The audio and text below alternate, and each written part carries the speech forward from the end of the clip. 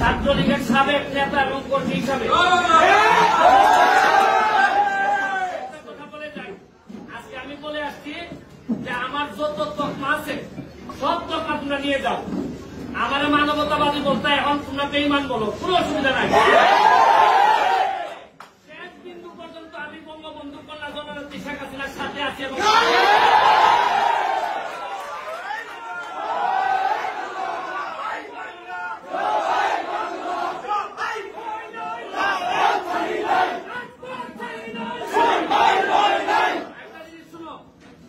নতুন জেনারেশন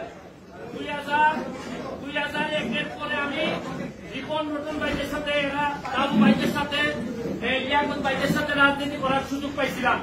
বিরোধী দল আমরা জানি যে কি খারাপ অবস্থায় আমরা রাজনীতি করে এই জায়গা পর্যন্ত আসছি। তোমরা আমাদের উত্তরাধিকার, রক্তের একটা তাসির আছে।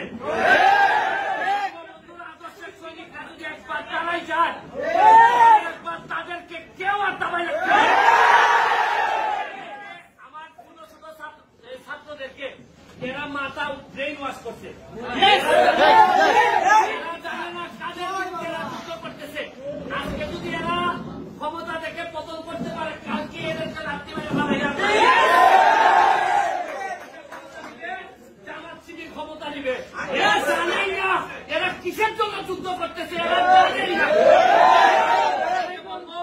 যতটুকু পারো ছোট ভাই যারা আছে বুঝাবা, তবে এদের সাথে যারা জামাত বিএনপি ছাত্র শিবির যারা আছে তাদেরকে প্রতিহত করার জন্য বাংলাদেশ ছাত্রলীগ একটা বড় ভূমিকা রাখবে।